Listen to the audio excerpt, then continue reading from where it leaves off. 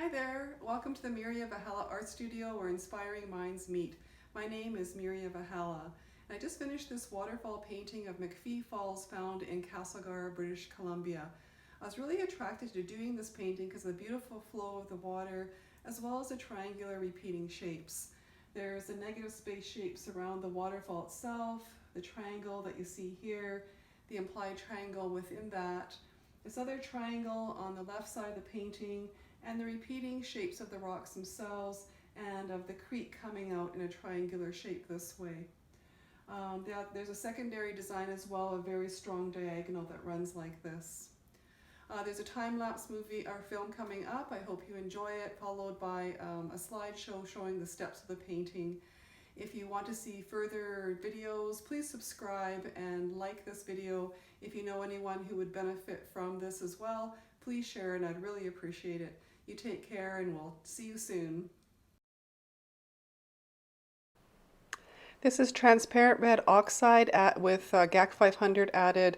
I've dried it with a blow dryer, added third marks, and start to draw with just some white chalk, putting down some of the lightest colors first so that I can set my shades.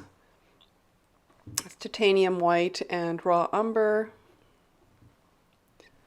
Here, this is quinacridone magenta. Notice how different it looks when it dries. The bottom bit's still wet and looks much pinker, and as it dries onto the transparent red oxide in the background, it looks a lot redder.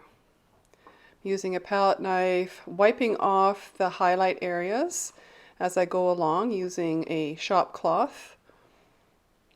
Lots of medium in the paint. This is a violet mixture color, and then some quinacridone magenta added on top. Getting some of the shades put into the waterfall.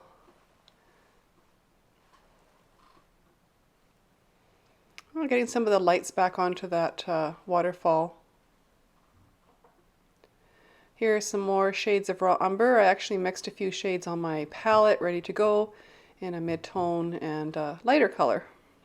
This is a dioxazine violet with lots of acrylic medium again, wiping off with that shop cloth, getting in my darks, a little bit of nickel azo yellow added to the raw umber, creating that green water, and now we have cadmium yellow light showing me where the highlights of my rocks will be.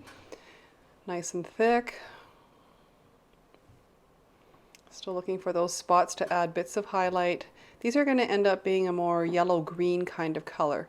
So this is the color I want to show underneath.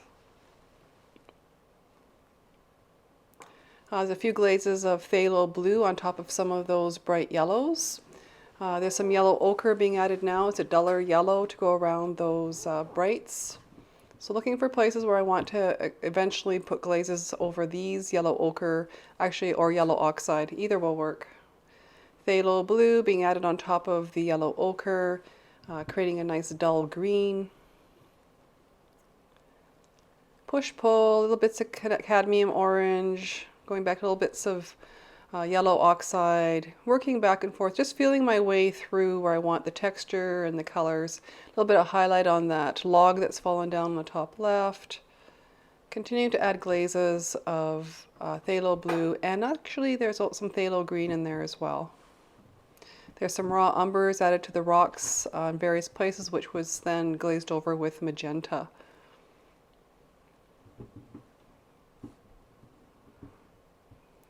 Lots of putting on and wiping off. Here we have a little bit more yellow oxide added into various spots. I'm trying to break the edges a bit so they're not too solid. A little more natural looking. Breaking up the shadows.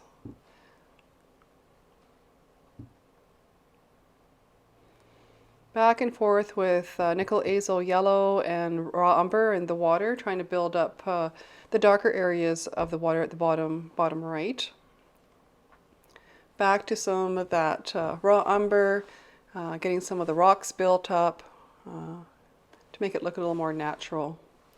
Little bits of magenta on the raw umber in places, little bits of blue, and then going back to some of the transparent red oxide to push some of the colors back.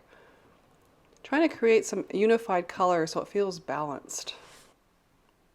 Now I'm adding back some cadmium yellow light to re-brighten and re-lighten some of the areas that got a little bit too dark. Acrylic paints always dry, 20 to 40% darker, so it's something that we have to keep in mind as we're using our paint. Trying to get some highlights on top of the stones with the raw umber, and some of the places in between the moss areas, which are represented by the cool yellows right now. Fixing up the waterfall a bit, getting some texture in the rocks in the background. Yeah, just looking for places. When I have a color on my palette, I try to look for places to place that in that shade while I'm looking around. Here I'm continuing to add little bits of mid-tone highlight, putting in a little bit of the water running through the rocks on the top right. A little bit of water that's trickled through from the force of the water above. Continuing to adjust values.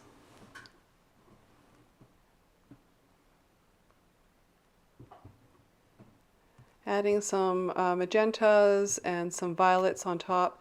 Didn't really like the way the shadow looked underneath here, so I put down some tinted phthalo green, which I then put some quinacridone magenta over, and then some yellows just to push that back. There's some cadmium orange little bits just to brighten up the greens. Cadmium orange lives next door to green on the color wheel. Kind of nice pleasing, so you get a warm, cool juxtaposition of color. And then here we have the final piece. Okay, here are some photos of the stages. This is the white and raw umber added onto the surface to give myself a tint, along with a line drawing done in black so that when I wiped off that quinacridone magenta, I wouldn't lose my lines. Adding some violets into the water at the top, continuing to add raw umber, again dioxazine violet for darkening, and yellow, bright, nice cadmium yellow light, followed by yellow oxide, and glazes of phthalo green and phthalo blue for making those nice dull greens. Continue to glaze over with nickel azo yellow on the raw umbers of the water to make it look more of a natural green. Continuing to play with shadows, didn't like the shadows here, so I added a tint of violet, which I then glazed over with some various colors. Cadmium orange has been added into the rock areas to create contrast to some of the greens that we see. Here I've added a mist around the waterfall by using zinc white, which is a transparent white, plus some medium and a little bit of phthalo green. I took an old brush and I scrubbed really hard into the canvas, and as I ran out of paint I moved away from the waterfall to create a gradation of thicker to thinner misty areas into those rocks. Here's the supply list. Add some zinc white to that as well if you want to do that misty waterfall. Thanks so much for watching, and I hope you subscribe. Take care. Bye.